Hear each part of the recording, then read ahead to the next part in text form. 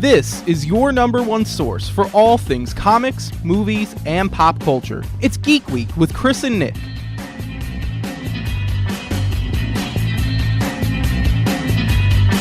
You're tuned into Geek Week. I'm Chris Natale. And I'm Nick Rotundo. Coming to you all out of Nick's house in New Jersey. To all those listening, it's great to be back for one last hurrah, and thank you for tuning in. If you would like to hear any of our old episodes, be sure to check out our YouTube account, which is posted on our Facebook account at www.facebook.com/geekweek885.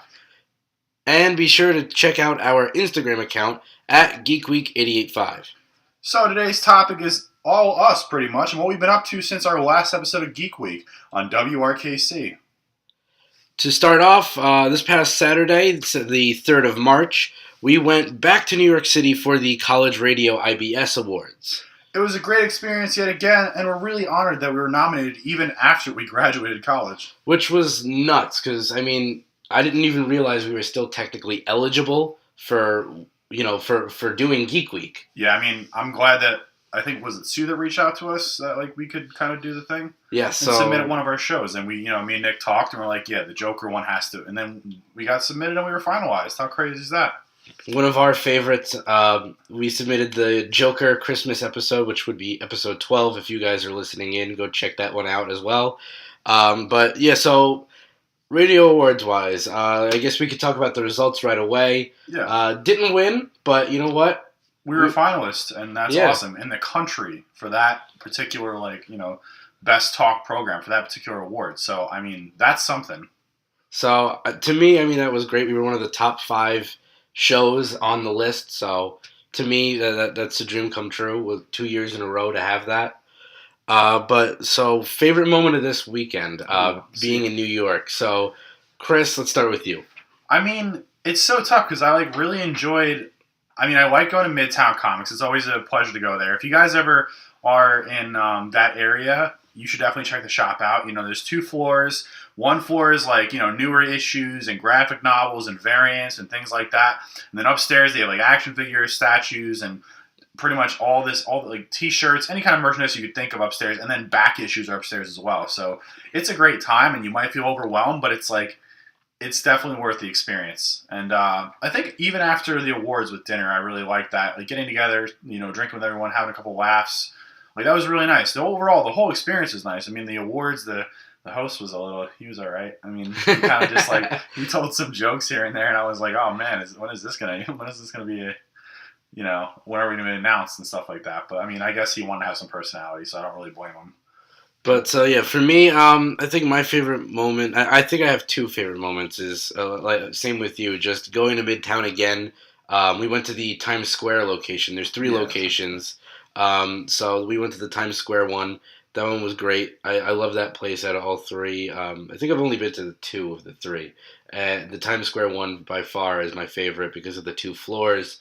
And we actually took the station manager of our college radio station, Katie Pugh, shout out to you, Katie.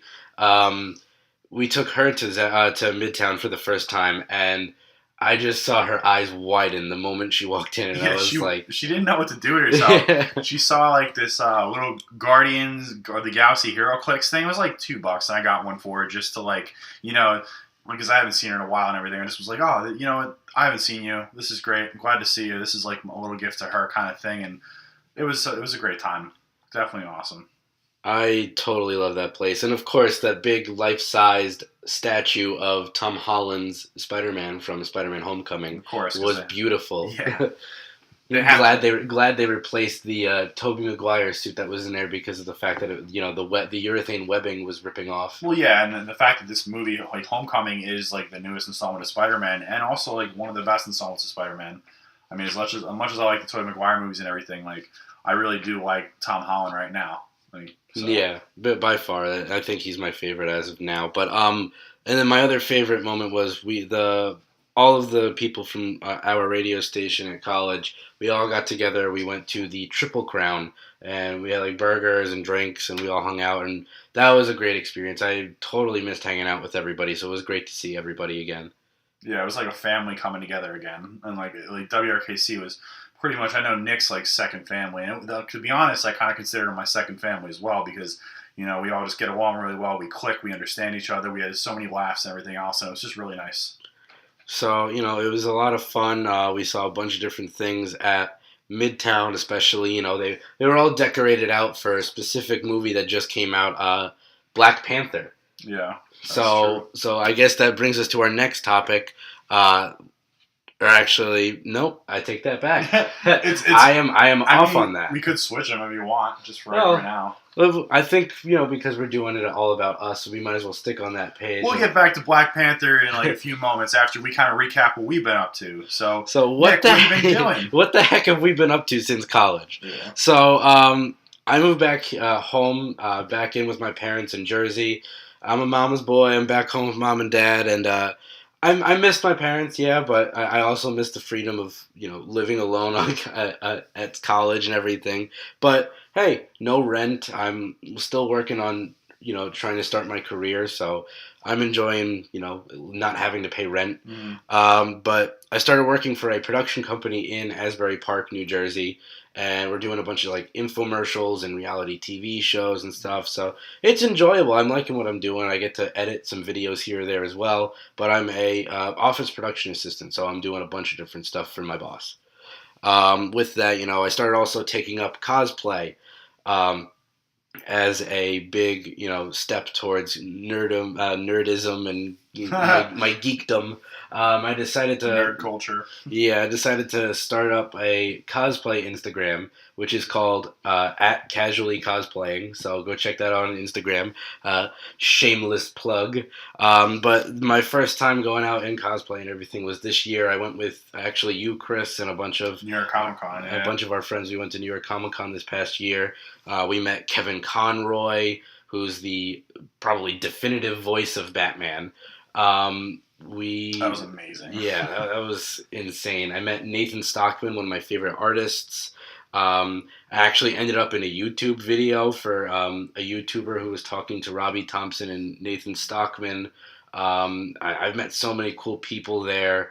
I got a sketch by Nathan Stockman, and ultimately, I love New York Comic Con. That place is amazing. It's amazing. It's that's why I go every year. I've been going every year since 2013 or 2014 or whatever.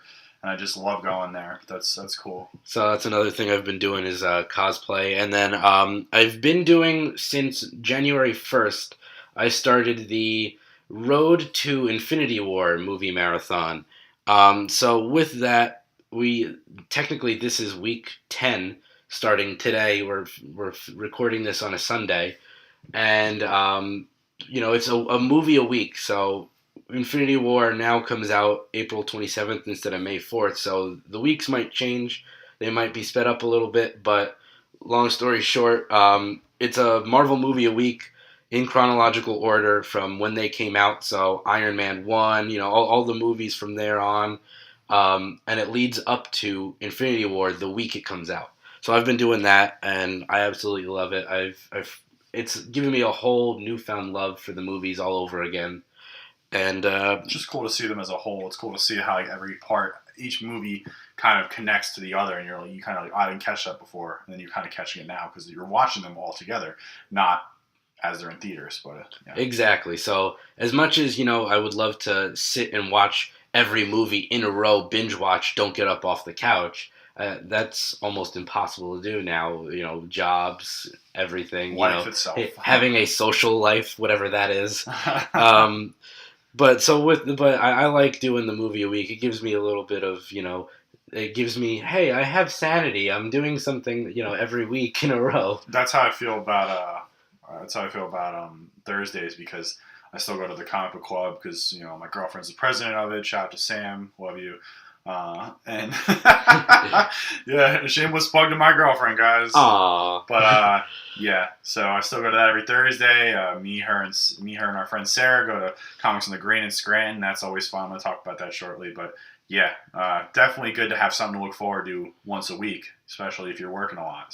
So with that also brings me to the other thing that I've been doing. I'm still collecting comic books as much as I can, and with the help of Chris, I started organizing them. So finally, I've been able to buy some short boxes for myself, and Chris and I have been putting it into Excel. We've been just dumping everything in there. I'm at the point now where I've still got like maybe 6 or 7 piles of comics left, and I'm already at like 175 comics. So I don't even want to tell you what my number is, guys, because it's probably 5 times that. But yeah. So with that, I mean, I enjoy doing that. It's finally giving me some sort of organization instead of just leaving them all in a huge box. Peace of mind too, because then you know what you have, you know what you're looking for. I saw you wrote a list up of stuff you wanted to collect, and I was like, that's kind of because he organized them and he knows what he has, which is like perfect. So it's nice to, I don't know. My comic book nerd mind is like, my OCD is pleased with that kind of thing. I don't know. No, I completely understand that. I remember when you gave me a Christmas present last year of a couple of the issues of Spider-Man Blue. It was literally all they had. That's perfectly fine. And I'm still missing, I think it's issues 1, 2, and 6. So I wrote that down. I have in the Excel sheet saying, you know, these are the ones you're missing. You got to pick them up. So I have it in there. I'm going to get to them eventually, obviously, but it shows that, you know, there's progress there, and I'm happy about that at least. And then, you know, I'm still watching a bunch of TV shows. I'm still doing my thing, watching The Walking Dead, which, spoiler alerts for anybody who's far behind or whatever. My boy Carl, rest in peace. I miss you, man. Gone way too soon.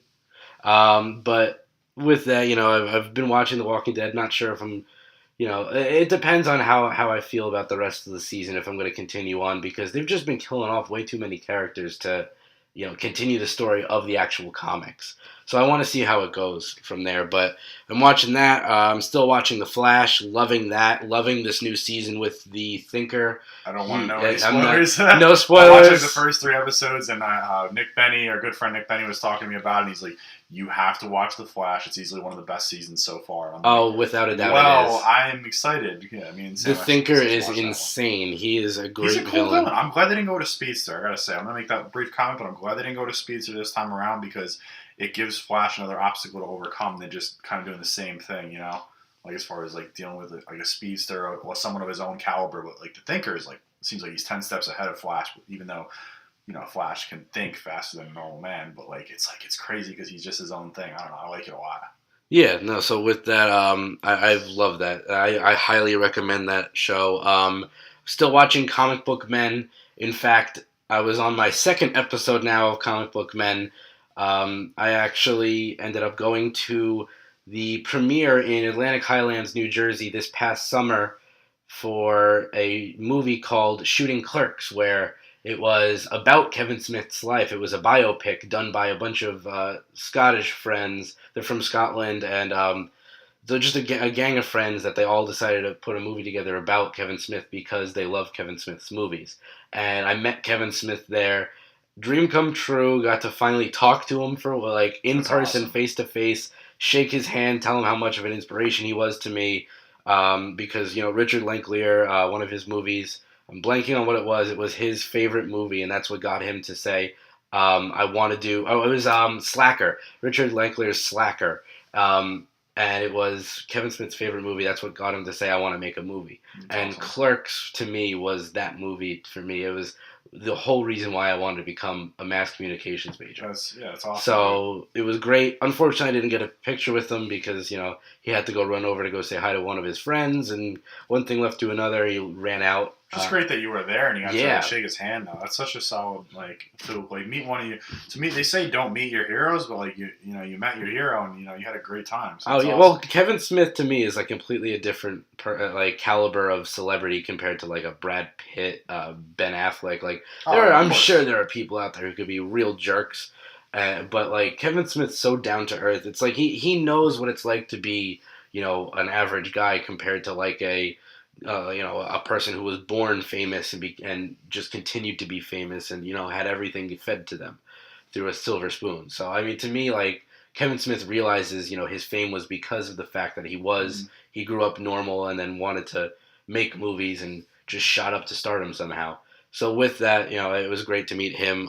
So I was actually in the episode. You see me, the back of my head, wearing a red t-shirt and a backwards hat. I was wearing my Mubi hat and my Flash t-shirt for Kevin Smith.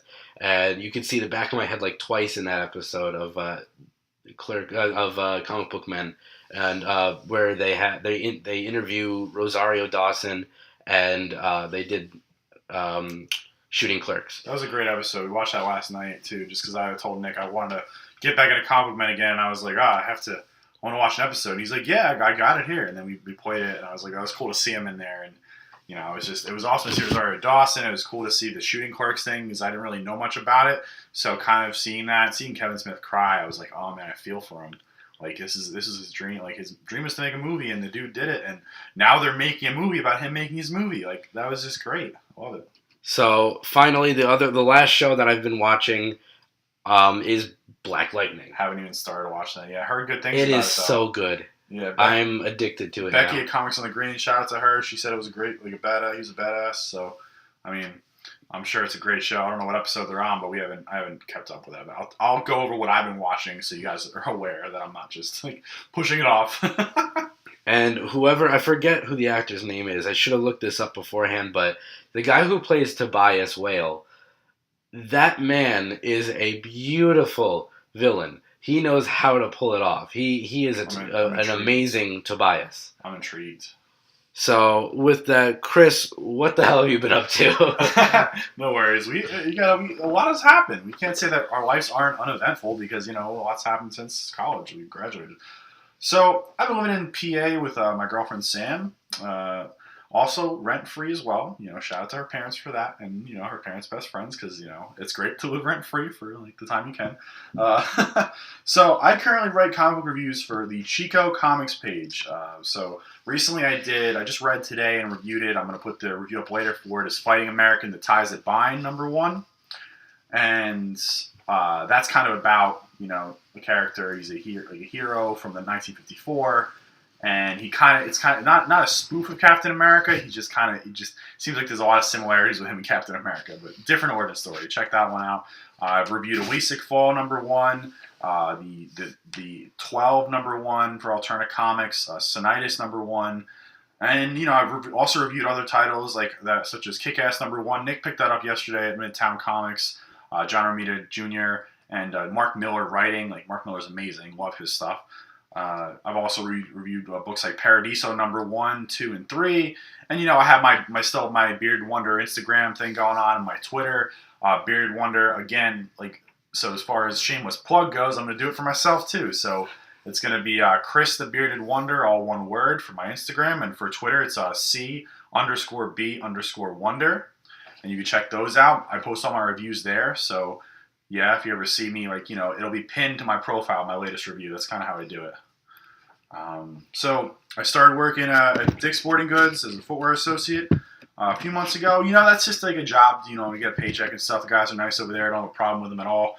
And I'm kind of just looking for something more in my field. And I've been going to Comics on the Green every Thursday, as I said before, with Sarah and my girlfriend Sam. And they're great over there. If you're ever in Scranton, PA, be sure to check those guys out. They have a great deal, 30% off on graphic novels. And they're just overall nice people to get recommendations from. If you're looking for something for your kid, you're looking for something for yourself, they'll help you out if you just tell them what you like. And if you're new to comics, they'll help you out with that too. They're just great people. Becky, Dave, and Matt, you guys are the best. Yeah, big shout out to Dave. I miss Comics on the Green since, we've graduated. I'm not in PA anymore. I don't get the chance to go up to Comics on the Green, but I do miss that place. I love that place. Dave's solid. He's awesome, and so is the rest of the crew, and they're always giving me more stuff to read. Even my pile just grows bigger and bigger every day because of you guys, so I love it. Recently, I'm going to get into what I've been watching lately with my girlfriend, is pretty much with my girlfriend for the most part. So I watched Supergirl Season 2, really liking Melissa Benoist, or however you say her name, I'm not sure if that's right. I like Martian Manhunter in the show. I don't know the actor who plays him, but I like that. I like just the way, it's just like a feel-good superhero show, and it's very, bright, and it's not dark and gloomy, and I feel like that's what should represent the Superman family, bright and kind of save the day kind of mood and everything. And I'm sure it gets dark at some points, and it does, but overall she's great. And just the whole show is wonderful. Then I watched The Runaways on Hulu. That's a pretty good show, different for the most part, written by Brian K. Vaughan. The show isn't, the book that he did was, and that was inspired the show. And he does Saga right now, for those of you who know that book. If you don't, you should definitely check it out. I watched The Punisher myself because Sam couldn't stand to watch all the the blood and gore and stuff like that. John Bernthal kills it for me. He definitely solidified me as a Punisher fan. Just watching that show got me to go back and read more of the Punisher Max comics. I started reading the Kitchen Irish story arc and things like that, and I just love the Punisher. Just my favorite, like one of my favorites now.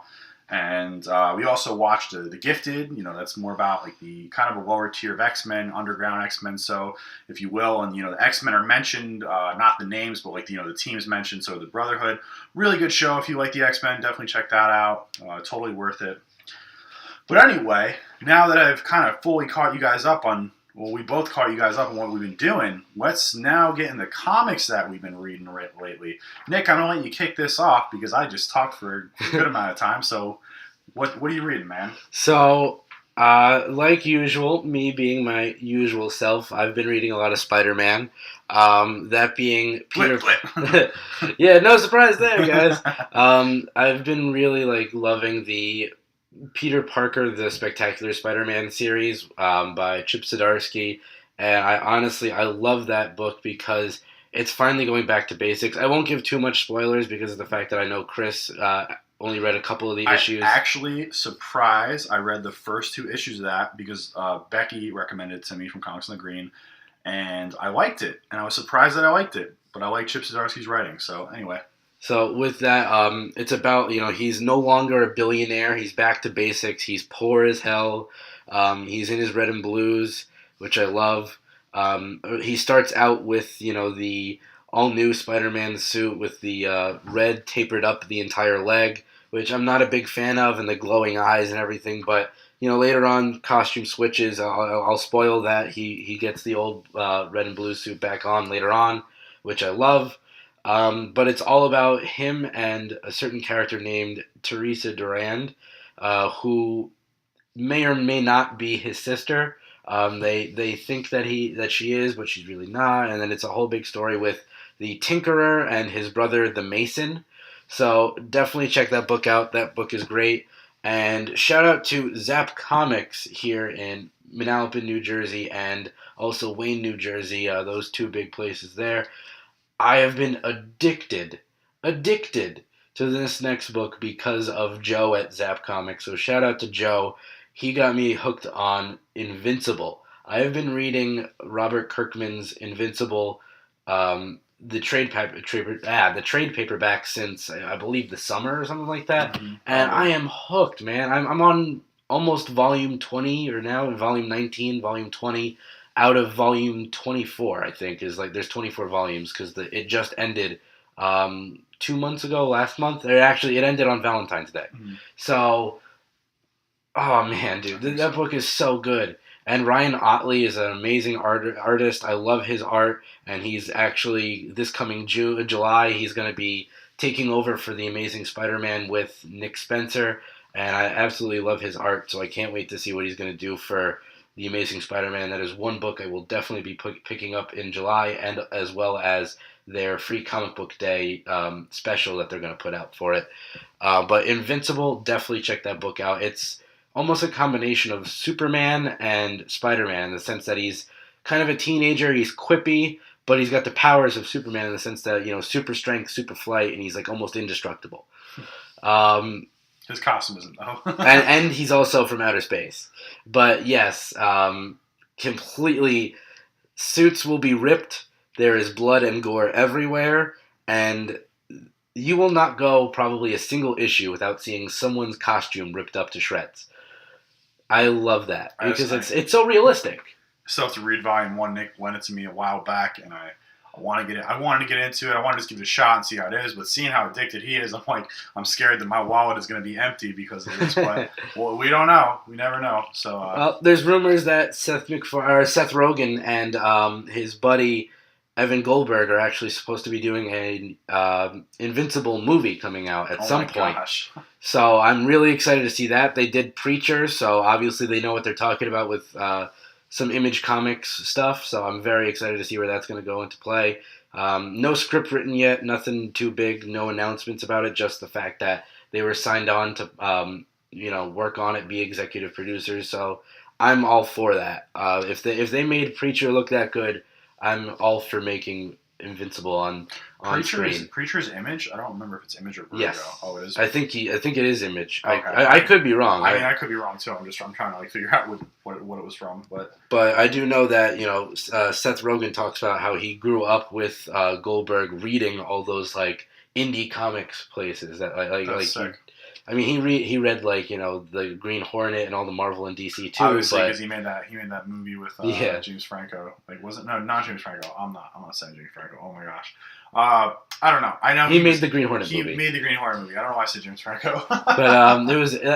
For what it was, I enjoyed it. But it wasn't. It was definitely not a Green Hornet movie to where like the diehard fans would love it. It was something that he took and did his own take on it, which I was okay with. But with that, Invincible, I'm all for a movie for Invincible, especially live action. To me, it's got to be live action. And I am going to start the campaign, Tom Selleck for Omni-Man. That is it. But so the next two books I have coming up that I've been reading are actually books that I know, Chris, you've been reading as well. One of our friends showed us this first book. It is Batman White Knight. Shout out to Sarah Guile because she's the one who told us about it, and it's a great book. I read the first 3 issues of it. I have 4 and 5. I haven't gotten to those yet, but overall, I'm really enjoying that book a lot. And I'm up to date on that book, and oh my god, man, it is so good. The Joker is basically suing Gotham and Batman for beating him up and destroying Gotham. He studied the judicial system because Joker is brilliant. For those of you you might not know, he's not just a psychopath, but he's a brilliant psychopath, and he studied the system and he figured out what was going on and how to like really kind of go against them and like sue them in a way, or would be like, what, this is what you're doing wrong. And he would like go through all these different like laws that they've broken, and they wouldn't be able to say anything because he is not wrong. Yeah. So basically, Joker and Harley Quinn have become sane now. She's now Harleen Quinzel again. He's been taking pills and he's become sane. And Jack Napier. Yep, he's been using the name Jack Napier. Big little reference to the 1989 Batman, which I absolutely loved. But I love the fact that they're doing that. They made his name Jack Napier. I like it too. And it just makes so much sense with the way they're going with things. The way he looks and everything. He's got Sean brown Murphy's hair and everything. Style. Yeah, Sean Murphy's amazing. You got Matt Hollingsworth in the colors there, which makes it even better there. I've never seen any of his other work, but his work on Hollingsworth's work on White Knight is great. And with the fact that Murphy's drawing and writing it, I love when because you're getting the full vision of the writer and creator.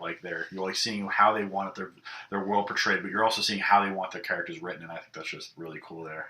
And how awesome does Batman and the Batmobile look in that book? Oh, the Batmobile looks like a tank. He looks like a grittier Dark Knight Returns Batman, except just younger, to be honest. He just looks like he may not have the big bat symbol or anything. He just kind of looks like he's been through a lot. Yeah, that's what I'm saying. That Batmobile, war veteran Batman, so to speak. That Batmobile looks amazing with it looks like two arms jutted out for the sides of the car for the wheels and everything. It's insane. Also, I'm glad my boy Mr. Freeze is in that book because his design is beautiful. Oh, it's so good. There's one page in there. It's a big page, just one page thing of him looking at Nora in his his cryogenic suit, and I'm just like, oh man, it's so good. I love him as a villain. And then finally, the last book that I know both of us are reading is Doomsday Clock. I actually have not read any of the issues for that yet. I'm really behind on it.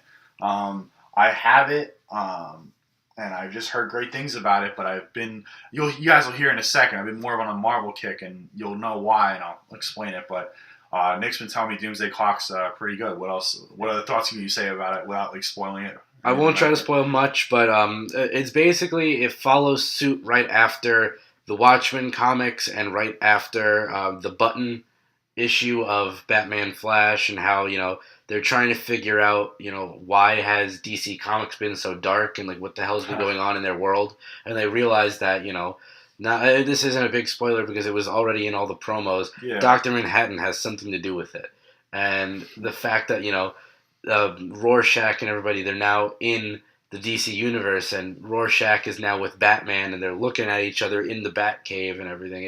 I've seen it's some insane. stuff of that too. Yeah. So I can't wait to see how it's going to go. And yes, as much as if you've read the Watchmen comics, you saw the movie too. So I've read the comics. Yeah, I watched the movie. I really like those a lot. So it's not really a big spoiler if you read it. You know that Rorschach died. You know a bunch of you have to by characters now, have died and everything everything. Yeah. Because of this movie's I don't know how many years old, and the book itself is not has been on the top 100 graphic novels list for the longest time, and it's been I forget when that book was even done. I don't know the year off the top of my head, but great stuff there. You haven't read The Watchmen?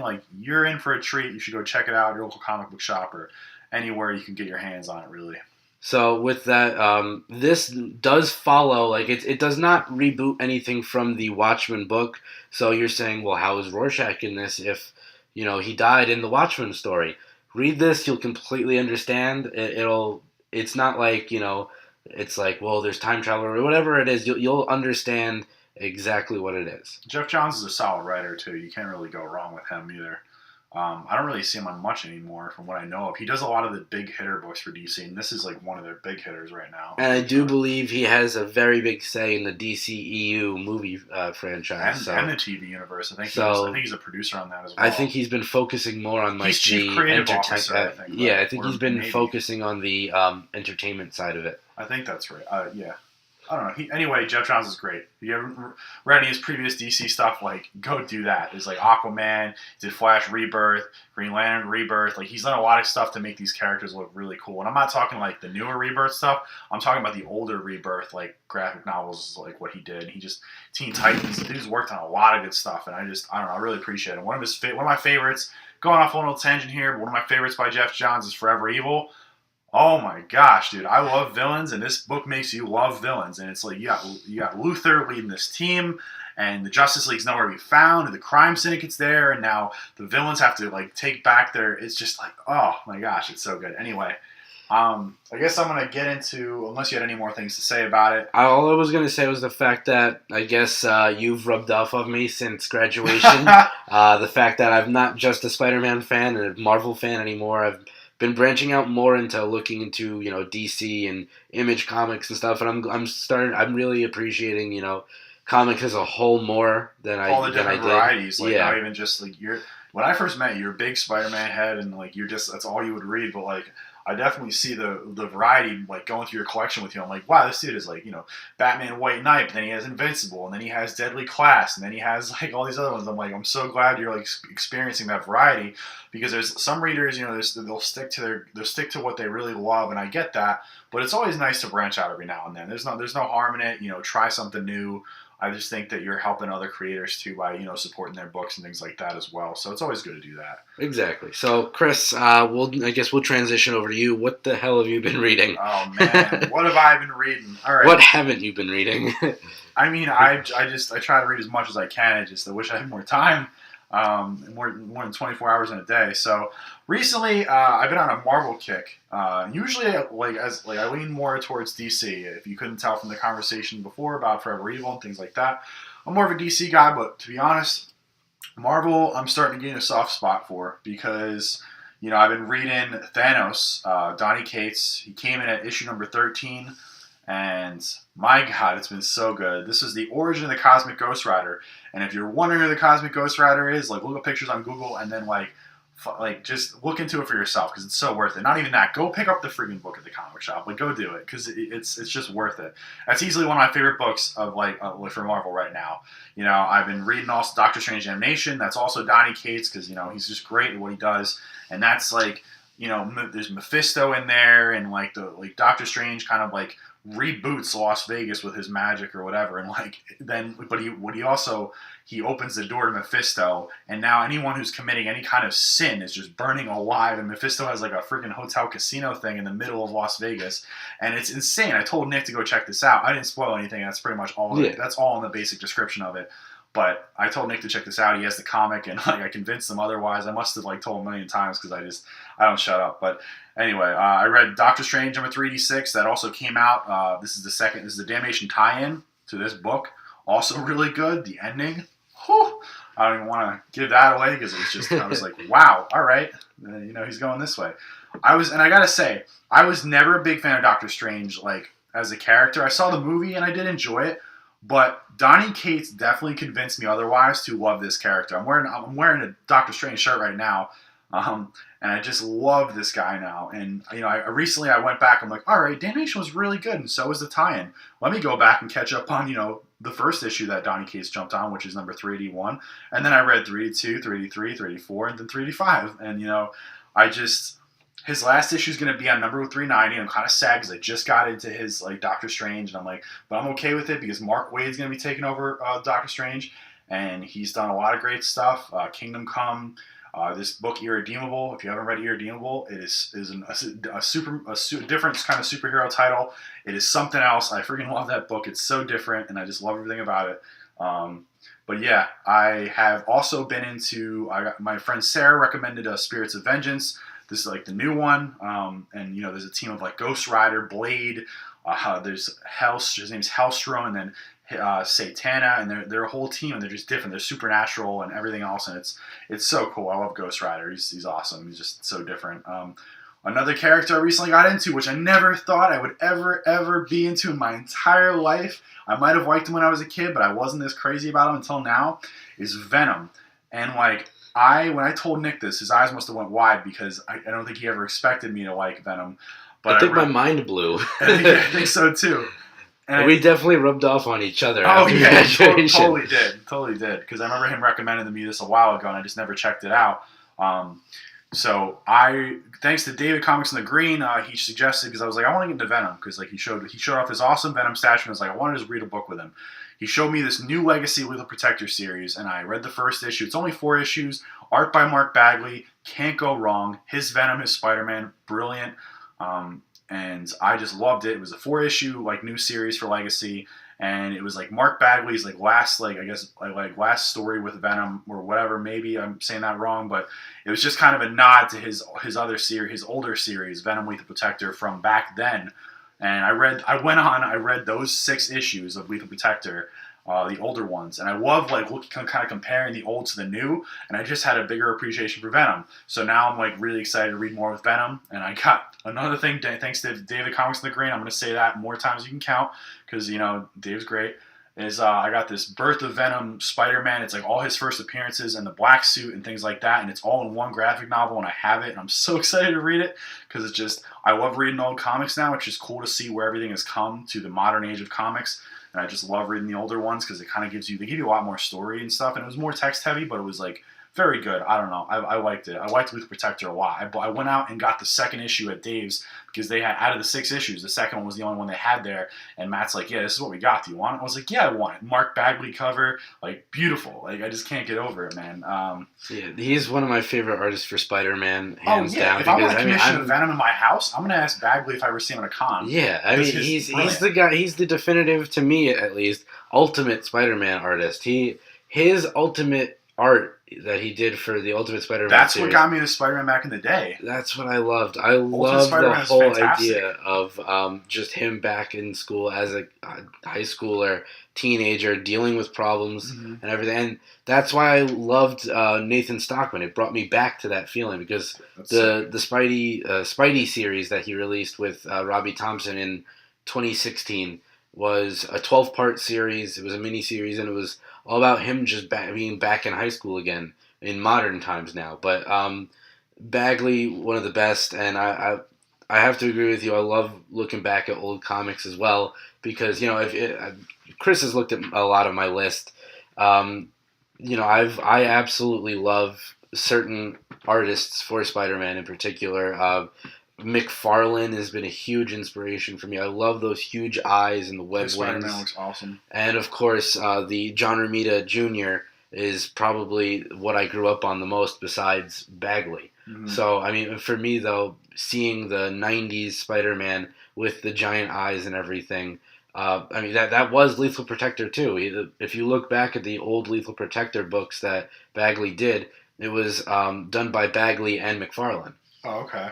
That's cool. I don't know if I actually noticed his name or anything on it, but that's pretty cool actually. But But yeah, as far as Venom goes, guys, another cool thing that's coming out.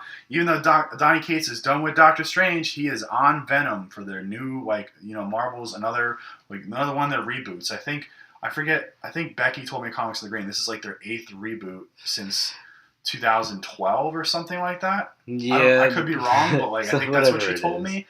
DC's doing well in comics, but they're doing horrible in movies, and Marvel does well in movies, and they're kind of doing crappy in the comics at the moment. They're not doing so crappy. They have good titles from what I'm reading. Maybe there are other titles that I'm just not seeing that are awful. Well, it's just I think it's just the fact that for a while it was they were trying to please everyone by we gotta. Well, there was a one point where they blamed their fans for their They're like, we blame our fans for the diversity in comics, and that's when people all went off and were like, "Are you serious? You're going to blame your fans for the lack of diversity or whatever you want to call it in comics?" What? Yeah, just because that they were like, "Well, we'll make Jane Foster Thor, and we'll make another Spider-Man, and we'll do this, we'll do that." The Riri Williams Iron Man thing. Yeah, the Iron Heart. It would have been cool if they kind of gradually introduced, if Tony was still around, they gradually introduced Riri, and then eventually fans started to like her. Then they gave her a book, but they kind of just threw the books in your faces about. They were like, Tony's in a coma after Civil War II, and he's an AI. It was just too much. For Riri, deal with it. They didn't gradually let it happen. They just were like, "Here you go. This is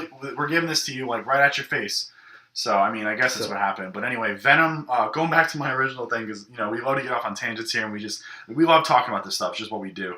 And Venom is going to be written by Donny Cates and drawn by Ryan Stegman. So far, from what I'm seeing, the art of the cover, the first cover, and his I think he did a Venom commission or something, or some kind of drawing on YouTube or something, and he put the picture up on Twitter, and I was like, I'm in. I'm ready for this. Because Donny Cates is, he made his way into my heart with his writing, man. You're good at what you do. He did God Country, another good title by him. The Paybacks, from what I heard, our friend Nick Benny loved the Payback series that Donny Cates wrote, and he's been making his way since then. So good for him. I also have his Redneck series that I'm going to get into because my cousin bought it for me for Christmas because he thought it looked cool, and I was like, "This is Donny Cates again. Are you serious? I think I'm just meant to read your writing." But anyway, we're gonna jump. The next topic we're gonna jump into, so completely kind of off base from just from physical comics. We're gonna jump more into the comic media side. So we're gonna jump into the most recent Marvel movie, and it was great. It was super enjoyable. Fantastic. It was. I want to see it again, and I really do want to see it again badly. I only saw it once, and I usually see Marvel movies twice if I really like them, or even more than that. But Black Panther, guys. Oh, man. That movie was fantastic. It was everything I wanted out of that movie that I didn't even think I needed to want, but I wanted it. There was just nice. There was a lot of good stuff in that movie. All the characters, they all were likable. They all didn't feel, none of them felt forced. None of them felt out of place. Chadwick Boseman, man, the Wakandan accent, he is Black Panther now. I feel once how in the movies you're like, okay, who's Iron Man? Robert Downey Jr. Who's Captain America? Chris Evans. Who I guess things like that. He is gonna be Black Panther from now on because he made it into this movie. He was great in Civil War, and we got a taste for him then, and I was like, oh, I want more from this character, and we got it here, guys. We definitely got it here. And for me, I've seen Chadwick Boseman in other movies and stuff. He was fantastic as Jackie Robinson in 42. I forget, I'm blanking on the other movie that he did, but he was great in another movie that I've seen him in. And I was the moment I knew he was casted as Black Panther, I was like, all right, I know how he can play. These characters play such pivotal roles. I think he would be a great Black Panther. Mm-hmm. And I know, everybody wants, Idris Elba to be James Bond and Idris Elba to be Jon Stewart and all these other... I do want him to be Jon Stewart, and I also want him to be Martian Manhunter, but, that's just, we can't have both, and he's Heimdall, so what are you going to do? So with that, to me, it's everybody's always on that kick of, we got to have Idris Elba, or we got to have the guy from Too Fast, Too Furious. I'm blanking on his name. Tyrese Gibson? Yeah, Tyrese Gibson. Everybody wants him to be everything. Or Kevin Hart, or all these other, they're listed. Kevin Hart as Black Panther? Well, not as Black Panther, but just imagine that for a second. I never freeze. Man, I never freeze. But that's terrible. I shouldn't do that. That's awful. Chris Tucker as Black Panther. That's who I had in my head. Oh my gosh! Apologize to you, Kevin Hart. Definitely, I was thinking about Chris Tucker because Nick and I were talking about Rush Hour 4 before. Anyway, not important, but if you haven't seen Rush Hour, like I don't know what you're doing with yourself. But anyway, continue with the Black Panther conversation. So Chadwick Boseman, to me, he might not have been like as big of a name like as a whole in movies, like when you're talking about like huge African American actors to play people. Hey, but I knew from the beginning, once they signed him, I was like, this is going to be good. I didn't even know that he was Black Panther until I watched Civil War, and I was like, who is this guy? He's amazing. And then I looked up his name, like, all right, I haven't seen him in any other movies. Like, you already had some kind of, like... Yeah, well, 42 was amazing. I'm a huge baseball fan, so... I haven't seen that, but it's... Like, he was just solid as Black Panther to me. I watched this video. Jimmy Fallon did this thing where he had fans come. I saw that. He had fans come to this, I guess, talk to this poster thing, and we're just like telling them how they like what Black Panther meant to them and things like that. And like there was this one girl at the end. She was like, oh my gosh, this is so great for not only like you representing like male African Americans, but just like also like women, like really strong and powerful women, and the actresses in the movie. Yeah, and she was like, this is great, like Wakanda forever. And then he comes out and he does the accent and he goes, Wakanda forever. He's like, Wakanda forever, and she like freaks out. And it was so nice. But anyway, Chadwick Boseman's awesome. I'm excited to see him in Infinity War. He's just I'm excited to see more of Black Panther, basically.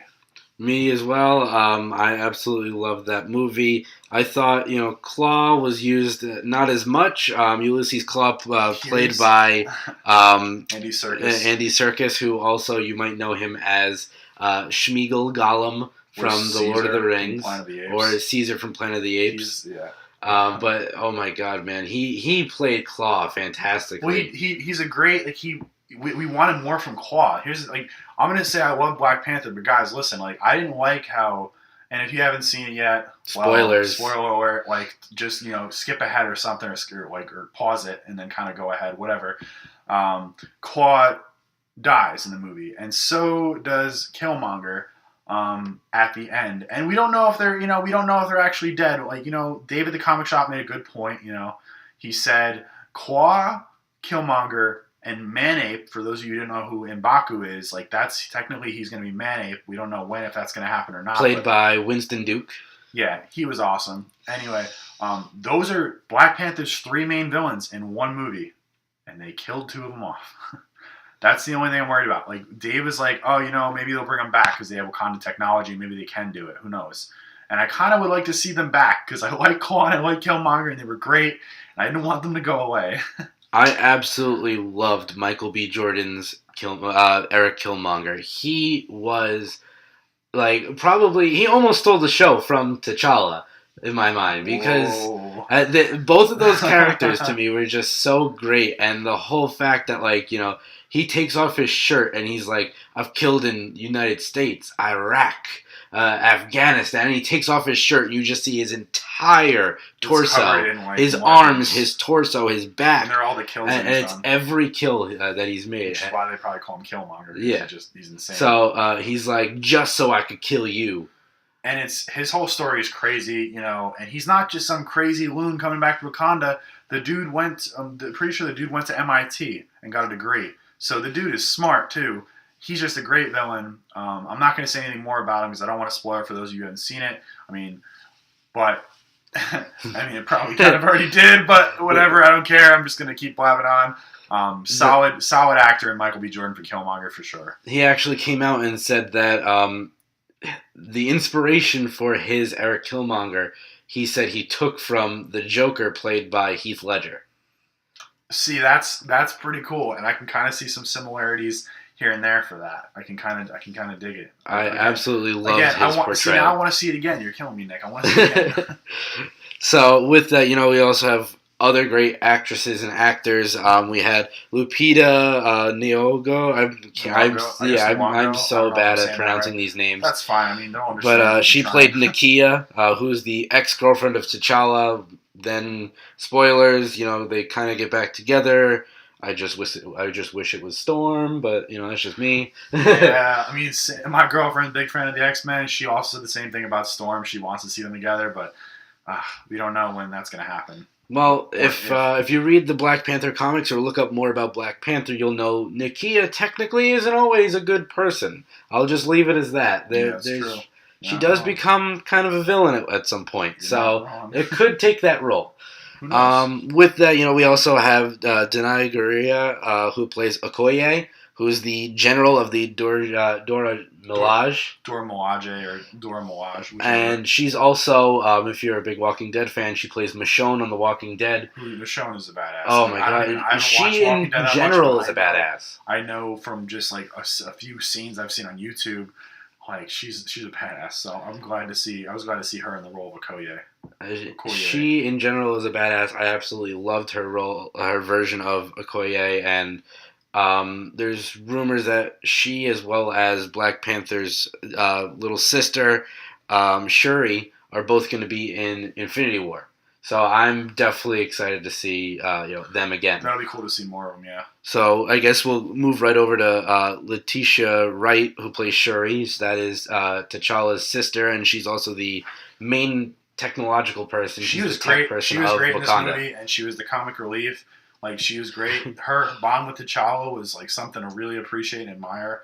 And I really like that, like, he, like, again, spoiler alert, don't care, but when he was, like, he fought a rhino, which that nod was awesome. He, like, literally not fought a rhino, but, like, he pushed a rhino back. It was a nod to the comics, because he does do that. He has done it in the comics.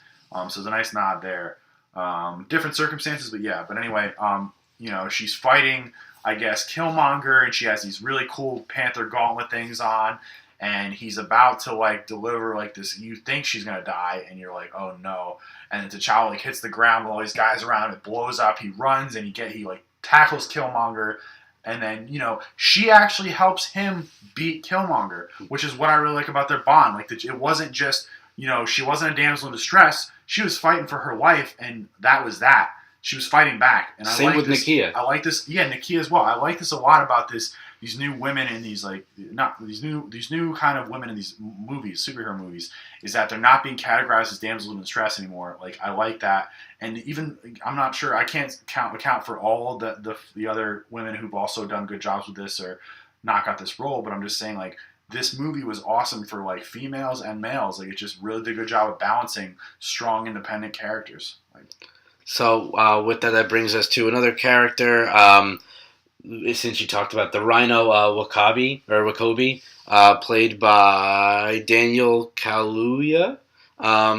He owns the Rhino that he sent to attack T'Challa, and he's actually the husband or, like, boyfriend or whoever he is of Okoye.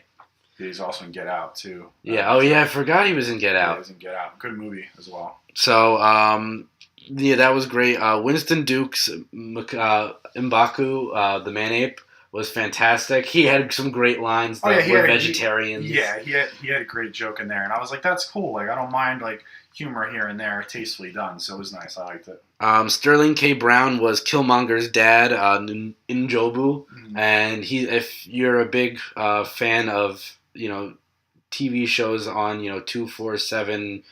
2, 4, 5, 7, 9, and 11, like the regular cable channels, you'll know of This Is Us. He plays the modern day version of Randall on This Is Us, and I love that show. I watched that with my mom, actually. Not afraid to say that. It's a great show. We tear up a little bit. It's a family-oriented show. But it's a great show, and he actually played a great Njobu. T'Chaka, played by John Caney, who's actually John Caney's son. So remember, if you look back at I forget what movie it was. I think it was that Civil War or whatever. You see Robert Downey Jr. as a younger version of himself because they used the CGI or whatever. That's not what they do for T'Chaka when they're in Oakland, California. It's actually his son plays him. It plays a younger version of him. Oh, I didn't even know that. That's actually really cool. So I read that up earlier this week, and I looked at it. I was like, that's awesome. So John Caney's son played the younger version of T'Chaka. That's awesome. I like that a lot. So technically, they both got to wear the Black Panther suit. We didn't talk about Martin Freeman's character yet. Yes. I kind of want to get into Everett K. Ross because I didn't talk about this, but I read this Black Panther Collection Volume 1 by Christopher Priest, and this whole story is told from Everett K. Ross's perspective, and he's not making any jokes about T'Challa or anything like that. He's always like the butt of every joke in this book, but he's like narrating it. He's like, he calls T'Challa the client because when T'Challa comes over from Wakanda, he's the client. He's like the government agent that takes care of him and kind of shows him like the ropes around the city and things like that, or just kind of not shows him the ropes, but he is his what's the almost word? like bodyguard, but like he shows him around. Yeah, bodyguard, like almost not escort, like something, not like that way, but like, you know what I'm talking about. Anyway, Everett K. Ross in that book is hilarious, and Martin Freeman wasn't bad in this movie. He was like actually he was pretty serious, and like at times he's like, all right, well, we have to take Claw, and we can't just let you have him, kind of thing. And I liked seeing that, and it's cool because Martin Freeman and Andy Serkis, they're in The Hobbit together, so that's cool to see that, like, kind of, like, two actors that have worked together already kind of work together in this movie as well. Like, not work together, but, like, act together in this movie. So with that, and then finally, the last actor that we didn't talk about was Forrest Whitaker. The man has been in almost freaking everything. He really Star Wars, Rogue One, and everything. And now he's in Black Panther. Rogue One, I didn't really care about his character, but I was told that in a Clone Wars, like in the Clone Wars series, a Rebels series, that young Saw Gerrera is like just a complete like badass. But in this movie, you're like, he's okay. But like in Black Panther, Zuri, he's actually pretty solid. Like I liked how they showed a younger Zuri and then an older Zuri, and I'm just like, okay. Like, this is cool. And I like how it comes back full circle. Like, they show you at the beginning with Njobu and Zuri, and they show him talking to T'Chaka and everything that happened. And then they flash forward, but then it comes full circle, and he's like, Killmonger, this is my fault. And then Killmonger, like, just... Yeah. And the whole, like, heart-shaped herb. Like, he's, like, almost their shaman in a way. Yeah. He's cool. If I'm making the correct statement or Every whatever. character had their own part, and they played it well. And they were, like... I didn't really feel like I didn't care for any of the characters. Like, I actually wanted to see more of Claw, more of Killmonger. Even more of Manape. Even more of him. Like, I want to see a second Black Panther movie. I'm going to throw that out there right now. Like, I want to see a second Black Panther movie. And that's I don't know. I really do. I agree on that. 100%. So, speaking of movies, I guess we can move over to our next topic, which is movies we're looking forward to, as well as, recent trailers that have come out. So, the first one that's coming out March 29th this year, it is Ready Player One. That movie looks great. There's so many references. It's so meta to pop culture. Like totally. The Back to the Future car. There's a bunch of Overwatch characters, Master Chief. I mean, they did like a Saturday Night Fever reference to the movie where they're doing disco dancing. Like, and I'm only listing like just the surface of everything. My girlfriend read that book and she loved it, and my best friend Pat also read that book and he loved it. Like, so if you I want to read the book as well. I haven't gotten to it because I'm more of a comic guy myself.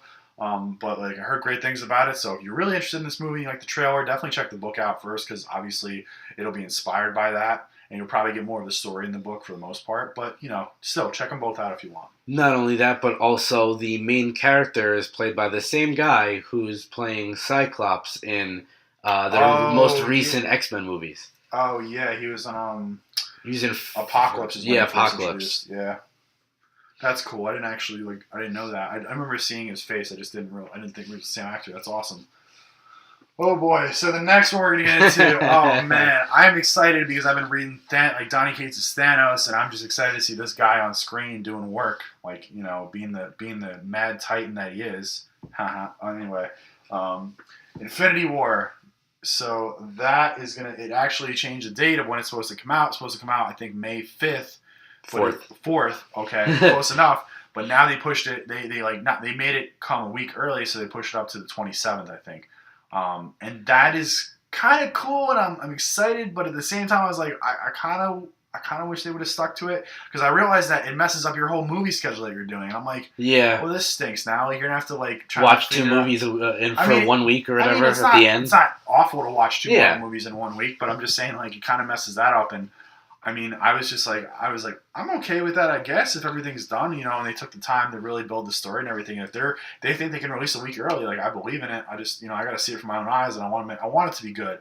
I really do. I'm excited to see certain characters on screen. Cap as Nomad looks kind of cool. Not gonna lie. Seeing T'Challa, seeing Thanos is probably I just want to see him crush heads. Literally, because Thanos is just a cool character, and I really want to see more of him. And of course, we've got Tom Holland in the Iron Spider suit. Yeah, that's cool. They released that he's gonna have the 4 legs instead of the 3 in the comics. From what Nick showed me, I guess his first appearance, he had 3 legs instead. On a suit cover. Designed by Tony Stark, which was around the time of Civil War. Originally, he gets it first, and then Civil War happens. Which I can understand why they did 4 legs, because Spider has 8 legs? So, so 4 and arms, 4. legs, legs, like just more legs, 4 legs, all that, whatever. But I also think the 3 was originally because of the fact they didn't want to confuse it with the fact of Doc Ock. That's fair. I mean, I understand that then. But I mean, hey, whatever. We got it. It's not that I had to have it, but it's cool to have. I'm excited to see where they're going to take it. If he's going to use the legs, or if it's going to be like just they pop out and they're like, what the hell is this? Part of me wishes for Infinity War that they kind of would have, I know it's coming out and there's nothing we can do to stop it now, but I kind of wish it was pushed back a little bit for more standalone movies to come out and just kind of get a feel for other characters. So this way, when Infinity War comes around, you can have more characters in the movies that actually been established and stuff like that. And they have a good lineup, but I just kind of Infinity War is going to be big, so I'm hoping that they didn't rush this and that it's actually going to be a great movie. But we'll see. Only time will tell, really. So the next one we got is May 18th, 2018, Deadpool 2. I am so hyped for that movie as well. I loved Deadpool 1. I saw that I think it came out on Valentine's Day. Mm-hmm. I saw that on Valentine's Day when we were in 5 college. times. And I have it on Blu-ray. It's Same. I literally love that movie so much. Ryan Reynolds is Deadpool. He is Wade Wilson. And my boy Colossus is in there. Yes. I like him. Negasonic Teenage Warhead's in there. She's awesome. Got a new haircut going. Yeah, she does have a new haircut going. Domino's going to be in this movie. Cable's going to be in this movie. Josh Brolin, who also plays Thanos, so that's interesting there. Brolin is the man. He, if you know Josh Brolin, he played actually the younger version of Agent K from Men in Black 3. Nice. He's played, he was in the Goonies. He's been around this industry for a very long time. It's awesome. And Josh Brolin playing both Thanos and Cable, it's can you get any more powerful in the MCU? Not really. I don't think you can really get any more powerful than that. Thanos and Cable are great. I mean, I think I don't know much about Cable, but I do like his look of him. And I know he's like Scott and Jean's son from the future and all that. So that's also really and some sort of virus. It's a very confusing storyline because back when it was written in the 90s, Rob Liefeld, there was a lot of contradictions and stuff like that and weird timelines. That's well, this happened. Well, now it didn't happen. And all I know is Cable exists and he's a buddy cop almost with Deadpool, and they kind of hate each other, love each other, kind of thing. It's great. I can't wait to see that relationship. Yeah, exactly. Shameless plug for Deadpool. I actually wrote a chapter in a Deadpool and philosophy book, and I got it published. So before I graduated, I was a published undergrad. So I'm pretty happy about that. If you ever see a Deadpool and philosophy book laying around, Barnes and Noble, whatever, just look at it. I want to say it's chapter 17 in there. And you'll see my name, Chris Natale, and my teacher. Shout out to Mike Berry, who got me in on the project and writing this chapter. And there's a lot of ridiculous references in there to the movie and the comics and things like that. And I call myself a bargain bin Russell Crowe at one point because I just love it's all about making fun of yourself. I had Deadpool make fun of me, and it just, I don't know, it was a really fun time. But you ever get time to even check that chapter out? I'd really appreciate the support and all that. So anyway. Shameless plug over. We're going to move on to Han Solo's solo movie. Get it? Solo, a Star Wars story. That'll be May 25th. I'm excited for that as well. I was not entirely happy with the casting originally. I wanted it to be another actor who actually almost is almost unknown. He's a YouTuber. and he's actually played a younger version of Harrison Ford in another movie. It was like almost like a foreign film. I don't think it was a foreign film, but it was a very like underwhelmed movie. Like not a lot of people have like seen it, from what I understand. But I think his name's Anthony Ingruber. Okay. And he can do the Han Solo. He can do the Harrison Ford voice perfectly. When I saw that like clips of the movie when he was playing a younger Harrison Ford, I looked at it and I was like, "Holy crap, that's Harrison Ford!" And he actually like he's done like YouTube videos where he's like impersonating Harrison Ford, dresses up as Han Solo, and he sits in his bedroom and he's looking and he goes, "Punch it, kid!" Like it's just it literally is like Han Solo to me. So I was really hoping that they gave it to him, but I forget the guy's name who's playing him now, but I'm okay with it. Harrison Ford himself says he doesn't give a rat's butt. A rat's behind, I should say, for lack of a better term on radio, of who he gives the mantle down to. So he didn't really care either way who he gave the mantle to, but it's cool that he's like almost not executive producer, but he's like someone who's sitting in and discussing the movie and like helping with understand the character and everything. So I'm glad to see that he's doing that. Nice. I saw the trailer and I'm like, all right. I mean, I'm gonna see it because it's Star Wars, and I just I support that franchise like no other. I read comics from Star Wars, like from Marvel, like that they're producing, like Darth Vader and stuff like that. So I'm willing to go see this movie for sure. I like that they have Childish Gambino as Donald Glover as Lando Calrissian. Because in one scene, he does this smile thing that Lando did in the previous movies. God, I'm just like, this looks just like he looks like Lando just from this. I'm not saying that in a racist form or anything. I'm just saying like he just reminds me so much of him just in that there's a picture that was leaked of him having lunch with God, why am I blanking on his name? Billy D. Williams? Yeah, Billy D. Williams. Yeah. He's just sitting having lunch with him. That's awesome. And maybe he like helps him with the character. Definitely. Cool. And just knowing like that, like the little smile and everything, and stuff like that really like solidifies the character for me. So I'm excited to see this movie. Chewie's in it. Of course, yeah. Of course, I also want to see like a standalone Boba Fett. I want to see a standalone Obi-Wan movie. That's happening, from what I understand. They're supposed to be working on that. I want to see more of like these characters that like we don't really get much of. Like Obi-Wan, I feel like he was more solidified as a character in the Clone Wars series than in the actual prequels and stuff like that. I did like him in 4, 5, and 6. Shout out to Alec McGuinness, Alec Guinness, rest in peace. Sir Alec Guinness. He was awesome. Really liked him. I really like Ewan McGregor a lot, like even in the prequels. But like I want Obi-Wan to have a movie because he deserves it. He's just an awesome character. So from what I understand, the Obi-Wan movie that they're working on, supposedly, it's going to be Ewan McGregor. It's going to be between episodes 3 and 4, where he goes into exile on Tatooine. So that's I'm cool. Very excited to see awesome. That, if that happens. You'll see us transition to Old Ben, I guess, eventually as it goes along. So I guess we can move on to our next one, which is big shout out to my mom and dad. My dad absolutely loves this movie, loves the first movie. This is a sequel. It'll come out June 15th this year. Incredibles 2.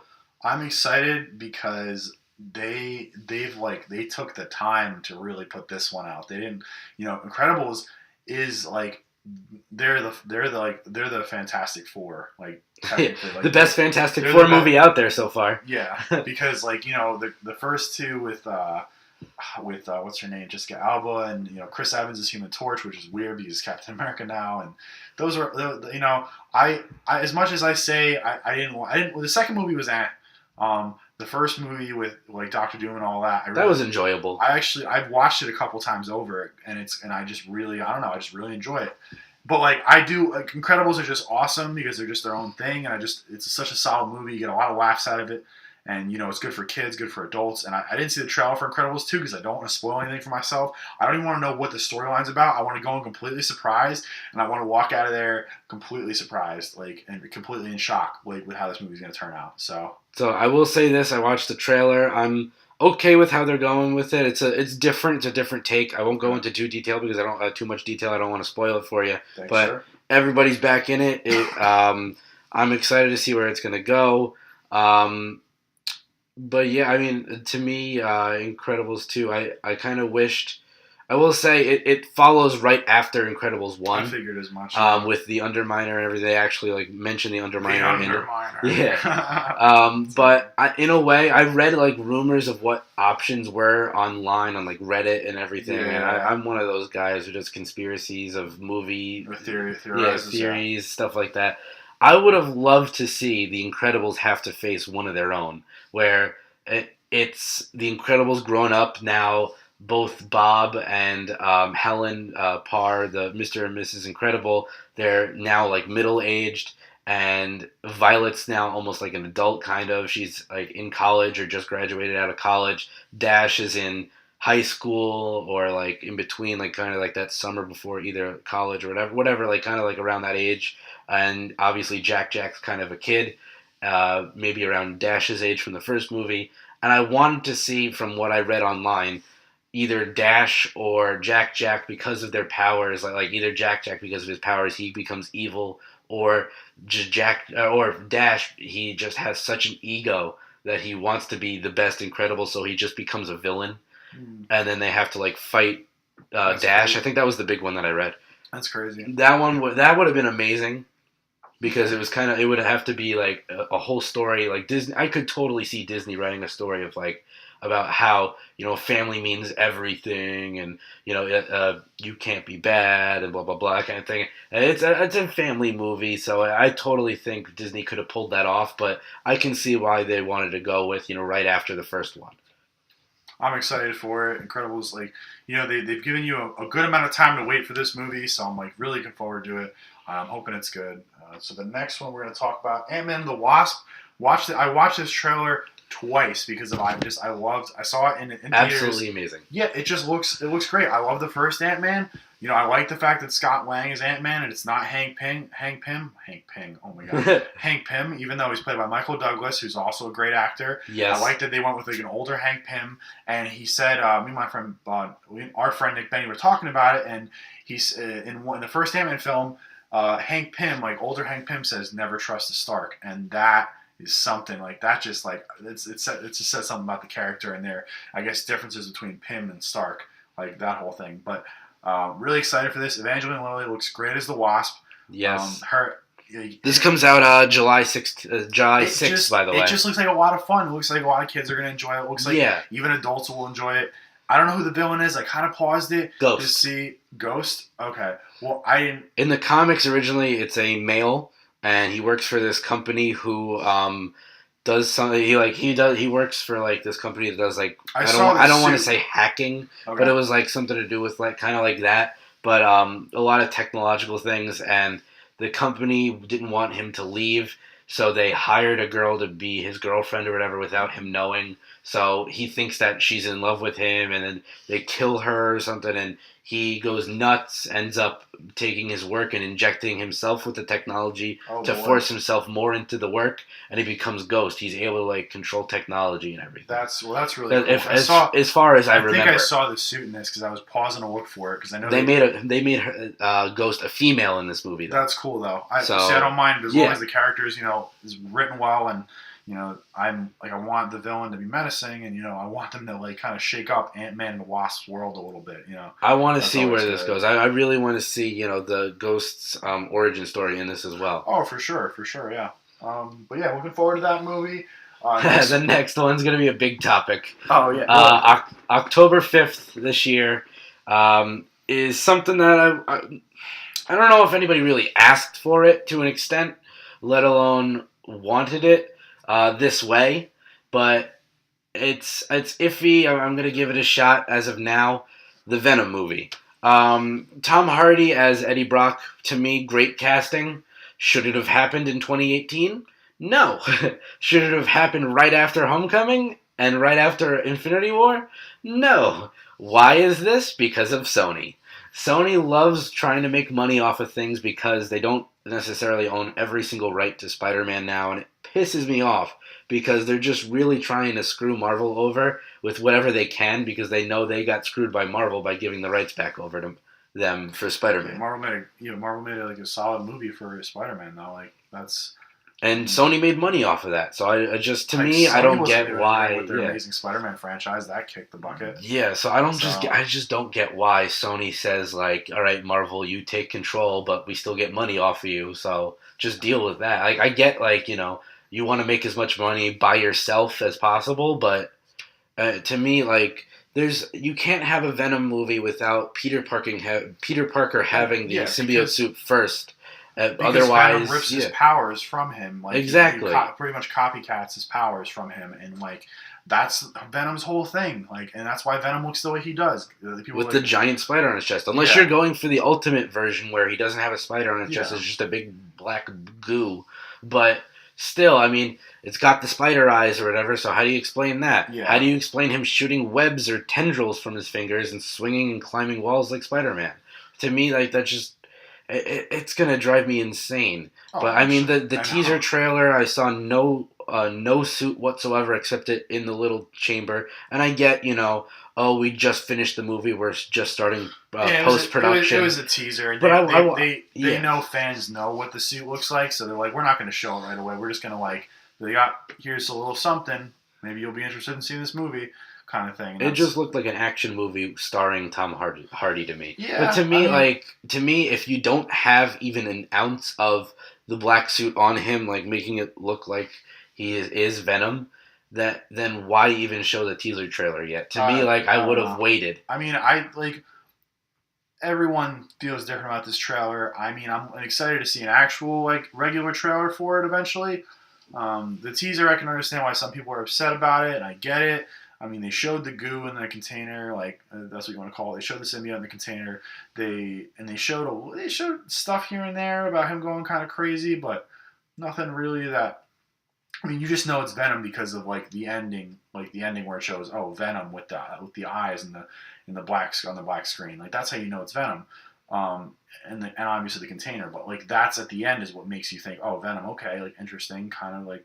But I mean, I'm excited from the teaser trailer. Yeah, no, I still want to give it a shot. Yeah, I'm going to see it regardless because I'm pretty sure I see every superhero / villain movie that comes out. So, because that's just who I am. Anyway, so the next one we're going to talk about, X-Men: Dark Phoenix. I don't know much about this, but I did read the graphic novel and I did enjoy the story. That'll be November 2nd this year. It was definitely different because the X-Men went to space, kind of thing. They dealt with the Shi'ar, so to speak, and. I don't think that's happening in this. I think it's just going to be well, maybe not then. I don't know. I don't know. I'm going off my knowledge from the graphic novel. I don't remember seeing any trailers yet of it. I just remember something along the lines of it's supposed to reference, the Phoenix, obviously the Dark Phoenix. I like Sophie Turner, and she kind of showed a bit of the Phoenix at the end of Apocalypse. If you haven't seen that yet, and Apocalypse was wasn't a bad movie. My girlfriend and I enjoyed it when we first saw it, but looking back on it, I can see why some people wouldn't agree with that, and they're probably this movie was pretty eh. But I like Quicksilver in these movies. I think he's great. He's played by can't remember his name. He was in Evan Peters. Evan Peters. Yeah. He was in I just like American Horror Story. I think he's hilarious. And he was in Kick-Ass. Yeah, his Quicksilver scenes are hilarious. And then that when they played, I forget what song it was, but they played that and he saved everyone from the mansion blowing up. Yeah, it was a solid scene. I liked that a lot. But anyway, Dark Phoenix. I'm excited to see more with Jean Grey. I'm excited to see where they take it. I'm really hoping that the X-Men franchise is kind of going up instead of down to the ground. So I guess we'll see from there. I guess you have Spider-Man and the Spider-Verse is next, right? Next is Spider-Man Into the Morales animated one? Yes, this is the animated movie. I'm actually looking forward to it. December 14th this year. I'm kind of okay with it. I want to see where it goes with it. Marvel with more doesn't do animated stuff anymore, from what I know. If you know me, which Chris does, and we've talked about this a little bit before on Geek Week, I'm not the biggest fan of Miles. Maybe this will make you like Miles. You never know. We'll see. I just want to go because of the fact that Peter is going to be in it, and it's going to be an adult Peter. It's going to follow, I guess, the storyline of the first Spider-Men comic series, which I never read. I read the second one because it was about who's the other Miles Morales. But it was the 616 version of Peter goes into, I think, the Ultimate Universe, and he meets Miles, and he's like, who the hell are you? Are you a clone or whatever? And Peter's like, what are you talking about? And he's like, well, Peter Parker in this world is dead. So he's like, what? And then they team up together, and they have to like go through the Spider-Verse and team up with Spider-Gwen and all these other like. I'm still like, I don't know, man. I saw the trailer and like watching it for a third time when I saw Black Panther, with Sam and Sarah. Like I was just like, all right, like we were both like, this is kind of a different kind of animation, but we're kind of completely okay with it because we're just like, this is different from Marvel. And we hope maybe this will open up a whole new world to their animated universe. The main reason why I'm still very interested in seeing another trailer or possibly seeing it is because of the fact of who's playing Peter Parker. I have binge watched the show on Netflix recently, watched all 9 seasons since graduation. The Office. Jim Halpert on The Office, played by John Krasinski, is actually voicing Peter Parker in Into the Spider-Verse. So I think he'd be great for that role. I think it's going to be great to see. I think he's going to pull it off. He is a jokester, so I think he could definitely pull off playing Peter. And from what I understand, I saw the Prowler, I think, in the trailer, and I believe the Green Goblin might show up. From what I understand, I could be wrong, but there is another villain. Not Green Goblin. Tom Hardy's going to be in the movie as well as Venom. So they're kind of like, hey, like, you know about that Venom movie that Sony did? But this is we're also getting the guy who did that to voice this guy. It's kind of like maybe a marketing plan. I don't know. Maybe. So apparently, John Krasinski and Tom Hardy were seen going into like a sound booth together and like working together. That's cool. I mean, I don't mind that. So I'm excited to see that. Maybe it's like since like I know Venom probably doesn't age.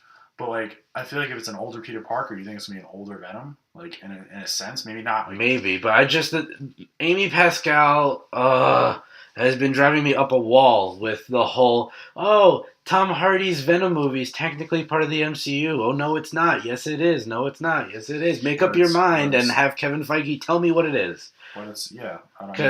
Because really though? She said that she said there's a possibility of Tom Holland's Spider-Man showing up in the movie. Okay, well if they do that, I might be okay with it. And then that interview, you see Kevin Feige give like the sad Batfleck face, and he gives like the "What are you doing? Stop talking, Amy" face, and I was like, he was like, "Shut up!" He wants to keep it like either keep it under wraps or keep it to the point of, "What are you saying? You're insane. That's not what we're doing." Maybe you're just completely wrong, and she's just kind of talking to talk.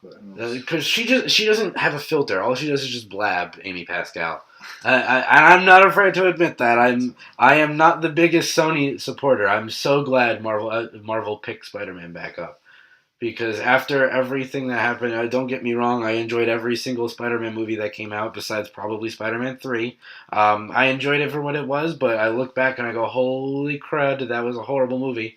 But I enjoyed it for what it was at the time when it came out and everything. But Tom Holland, to me, definitive Spider-Man. Tobey Maguire, I would love to see Marvel cast as Uncle Ben for the MCU. Oh my gosh. Because he's kind of around the same age as Marissa Tomei, and it'd be interesting to see how that goes. See, plus if they do Into the Spider-Verse, they're doing the nod, yeah. If they're doing the Into the Spider-Verse animated movie, there's actually in the comics of the Spider-Verse, if you've played the video game on your phone, the app called Spider-Man Unlimited, it's like a temple run game with Spider-Man. One of the characters you can unlock is Spider-Ben, which is actually an Uncle Ben version of Spider-Man. And that's actually in the Spider-Verse comics. So it's a cool suit, actually. I like the suit, but I think he'd be great as Uncle Ben. And if they're really trying to tie everything in together, then it'd be great. I mean, you know how Marvel is with naming their characters for the covers. Like Spider-Gwen is really Spider-Girl or Spider-Woman in the comics or whatever. Spider-Ben, I'm sure, is just Spider-Man. Just they call him Spider-Ben because, hey, it's Ben Parker under there. Aunt May was in it, is a Spider-Woman as well. There's like, there's a Spider-Ma'am, and it's Aunt May. Oh my gosh. Dressed in like almost like a chef's costume with like a apron and everything that's Spider-Man themed. And then there's another one where it's Aunt May from like a different timeline, like not the 20s, but like something like old school, and she looks like almost steampunk or whatever. That's cool.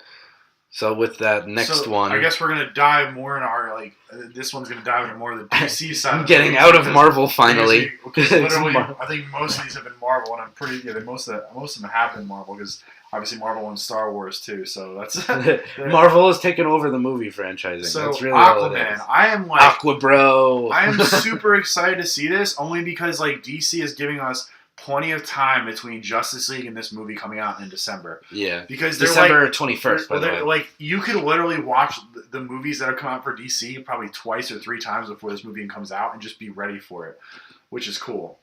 And to me, I call him Aqua Bro. It's Jason Momoa. He's solid, dude. He was a great, his lines, him drinking the bottle, whatever, alcohol. Jack Daniels walking down the thing, the song playing. Put it on his tab. Yeah, put it on his tab, and he's guy dressed in a bat suit. I dig it. And then just or something like that. I'm just that's great. I love that. And granted, he's not King of Atlantis. He's not yet. He's more of a protector. And he's still not Aquaman technically yet either. Yeah. The Trident is the King of Atlantis' weapon. So he in Justice League he had a Quindent, which is 5 daggers on the end of the spear. I'm hoping to see more of Mira because Mira was awesome. Definitely, she's going to be in it. I'm hoping to see Black Manta because he's in the Legion of Doom, and if you didn't see the end credit scene of Justice League, you see Deathstroke getting on Lex Luthor's yacht, and they're let's form a league of our own. I do believe this one though. I think the main villain is Ocean Master. I get it, but which is his brother, right? Ocean Orm is his Orm. Yeah, that is Ocean Master. Yeah. Ocean Master, yeah. So I'm hoping we see a little bit of Black Manta, though. I mean, I get Ocean Master, I understand it, his brother, I get it, but I want to see more. I want Black Manta because he's in the Legion of Doom. He's such a cool character too. I don't know if they're gonna do the first Black Manta, or if they're gonna do the one. They're going to do Black Manta's son, which is Calder, taking over. I would love to see the first Black Manta, and then you just see Calder become yeah, because then they can go from say if in the movie Aquaman kills Black Manta, but Calder sees it, takes the role of Black Manta later, comes back and then surprises him Black Manta is still alive, I'm his son. And it's it'd be insane. But I'd love to see him become Aqualad first. Oh, of course. Because then he just switches sides. If we do it's almost like Winter Soldier. I just don't want to have DC get too in over their heads with this Aquaman movie. I want them to focus on Arthur, obviously. But I also want to see a little bit with Mira, a little bit with Black Manta, a little bit, not too much, I guess. I know I kind of sound crazy, but I don't want them to rush this movie. I hope they took their time with it. I hope it's going to be good. And, Aquaman is a solid character, and he's underrated. People just made fun of him for talking to fish, and, Justice League made a whole joke out of that. And, he's more of a Banff now. I'm just going to say that. I can't say exactly what that lettering means, but, you can look it up on your own. He really is, though. It's awesome. I'm hoping to see more of him. I liked him a lot in the movie. I don't know how I feel. I do like Ezra Miller's Flash. He's more of a Wally West character to me than he is actually Barry Allen. Because Wally West is kind of funny and jokey, and Barry Allen isn't really that jokey, especially in the show. If you watch that now, you can kind of see Grant Gustin's more of a serious character, and he was playing Barry Allen, so it's you kind of see the differences there. But I mean, what are you gonna do? It's I'm just hoping DC gets their stuff together. They take the time with their movies. They build up their so-called DCEU. I really hope they build that up well, and I'm excited for Aquaman.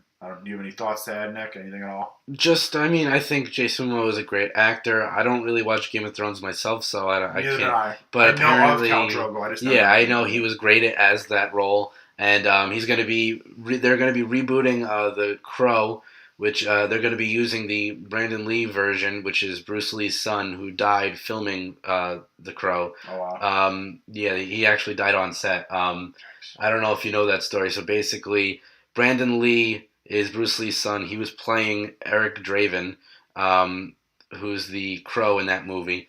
And the props crew, I think, went home early that night or whatever, and they were still filming. And someone picked up one of the prop guns and went to fire it.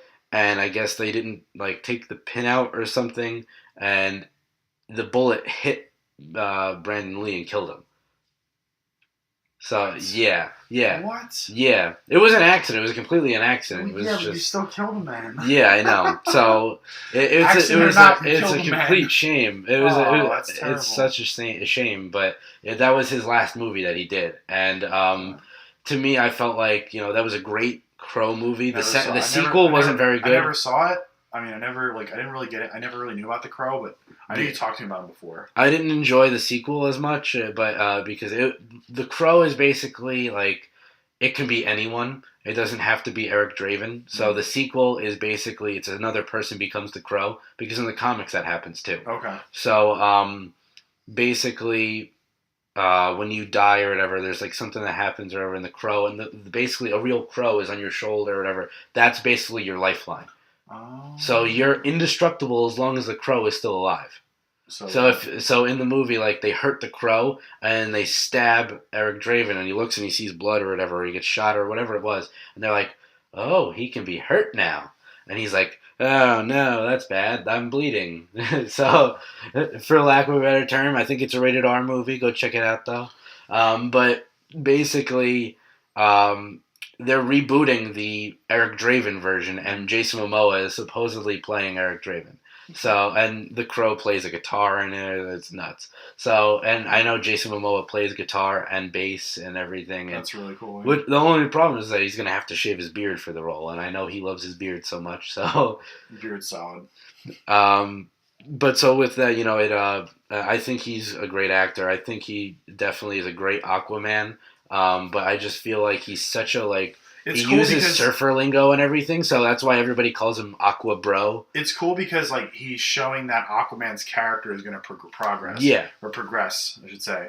And that he's just like a beginner Aquaman. He's not really the king that you all know of Atlantis. Like he has to make his way. So it shows that DC can progress his character through movies. Now, do you want him to see? Do you want to see him lose his hand at some point and get the fish hook? Oh, I love the hook hand. That and the Justice League animated series was fantastic to see. And I like the long hair. I like him saving his kid. And the hook hand is just so freaking cool. I don't know what it is about it. I don't think it needs to happen right away. No, I'm not saying it does, but I'm saying eventually down the line, if something crazy happens and he loses it and he gets a hook hand, how cool are you gonna be freaking out? Yeah, exactly. And there's rumors that they might go to a orange and green suit for him at some point, or at least reference it. Because of DC, it has to be a dark orange. It's gonna have to be a dark orange. Well, someone released leaked pictures or something where they talked about it or whatever, and so I'm excited to see that. I love that suit. So yeah, I mean, I have no problems with that. And then finally, I guess we can move on to the last movie that we got to talk about. It's not technically this year. We were trying to stick with a lot of this year's movies for 2018. Yeah, just stick with the newer stuff that's been coming out, trailers and stuff revealed and things like that. Because, I mean, at that point, then we can go into 2020 and 2021 with all, Avengers 4 and everything. I didn't want to get way too into detail. Yeah, you don't want to go all crazy. I get that. But this one, I felt like it's in January of 2019. And they already revealed who was going to play him. They already revealed what he looks like. He looks awesome. I absolutely, I felt like we had to talk about this movie. Yeah. January 11th, 2019. Hellboy reboot. I love the Ron Perlman's movies, don't get me wrong. I wanted to see a third Hellboy from him because he was fantastic as Hellboy. And I went back and watched those, and he's just a solid series. It's a solid 2 movies, to me. Absolutely, I really like them both.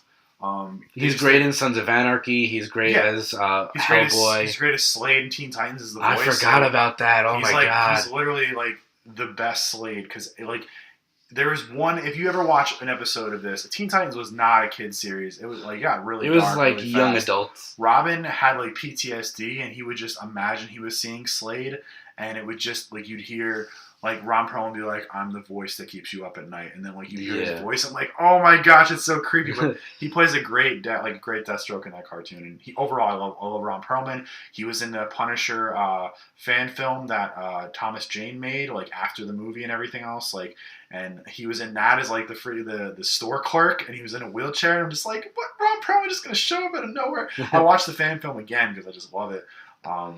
But he's just great. I'm excited for Hellboy. I'm excited for Hopper from Stranger Things to play him. Yes, David Harbour. David Harbour. He actually looks legit, and I did love him in the Stranger Things. I watched season 1. I didn't watch season 2 yet, but I loved him in Stranger Things season 1 a lot. I thought he was a kick-ass character. I just loved him. So what's great about this is that David Harbour really wanted this role. He came out and said he wanted it. After he got it, he said, I was really hoping I got this. And if you've watched Stranger Things, you know Hopper's not this, as everyone calls Chris Evans and everybody in all these superhero movies now, a beefcake. Everybody's ripped up to shreds and oh my god, he's gorgeous. That he's not that. He's, you know, kind of an overweight cop who lives in Hawkins, and you know, he eats donuts and waffles with 11, and he chain smokes. And he actually chain smokes in real life. So that's why he was able to do it on the show. So I've been watching, like, if you watch, like, his Instagram and stuff, he posts pictures of his progress through working out and everything. The guy lost so much weight, looks jacked as hell, and he actually stopped smoking for the role.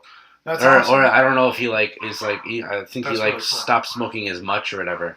So that's kind of how that is. But, yeah, if you hear that in the background, that's my dog. Yeah, we're at my house, like we said earlier. Charlie. Yeah, my dog Charlie. Yeah, Shout out to him. But so yeah, David Harbour as Hellboy, I think is amazing. That picture that they released of him, amazing. So Chris, what are do you have any other thoughts about Hellboy for that? I'm just excited for it, man. I think Hellboy's a cool character. You know, my friend Sarah Lee borrow Hellboy Seed of Destruction by Mike Mignola, and I'm excited to read that.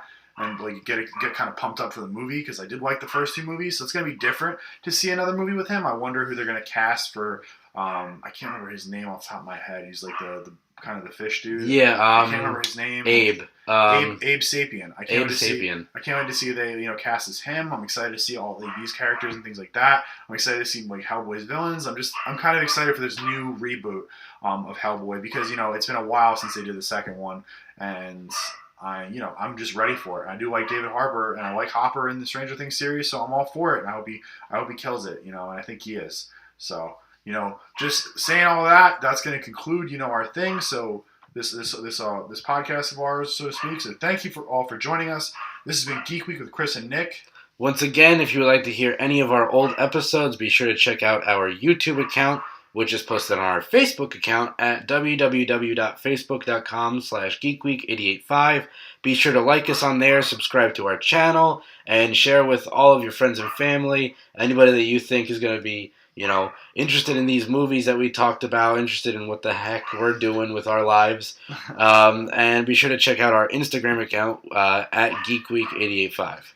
Yep, and, you guys like nerd culture and all that, like, check out our stuff, like Nick said, like, anything, pop culture that we talk about, anything that you might be interested in. We have a lot of different shows. We try to diversify our topics and everything else, so hope you enjoy those. Anyway, thank you again for being a part of this amazing experience, guys. It feels amazing to be able to come together and do one last Geek Week show for everyone listening or going to listen to this. Like, be sure to check out our social media pages to stay up to date.